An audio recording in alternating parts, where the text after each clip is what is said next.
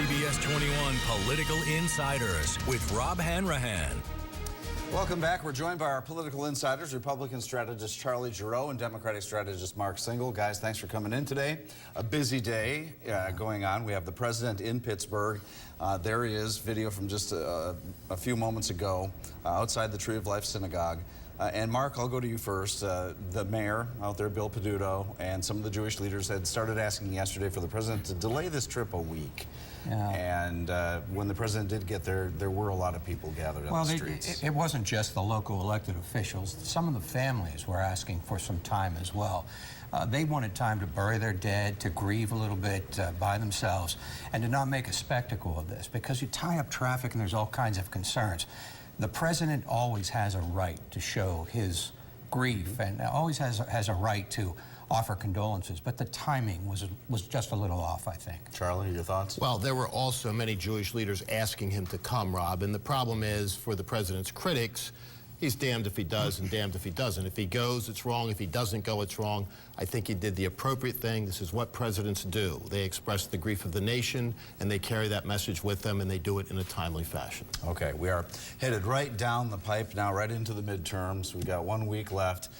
In a long interview last night, the president said that he could change the 14th Amendment, Charlie. That means that people born here in this country are immediately citizens of this country and are allowed to be citizens.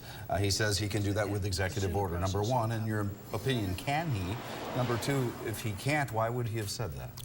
I think it's a very, very steep legal hill to climb.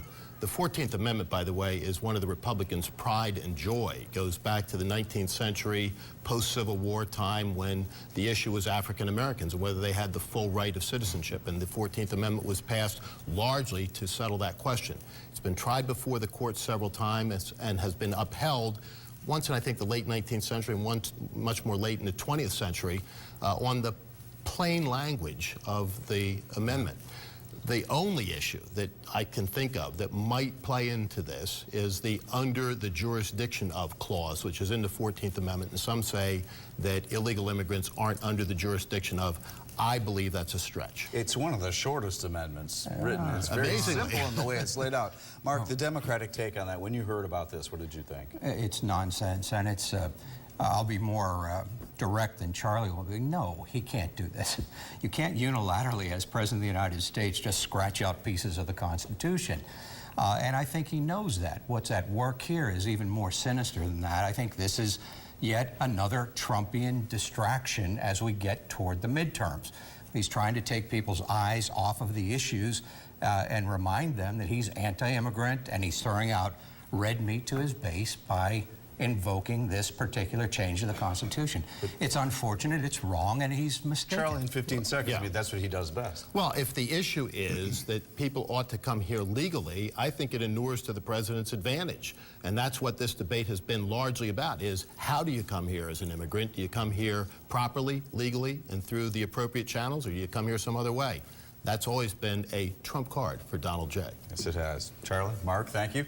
You can hear more from our CBS 21 Political Insiders Sunday mornings at 8:30. Join us for CBS 21's Face the State.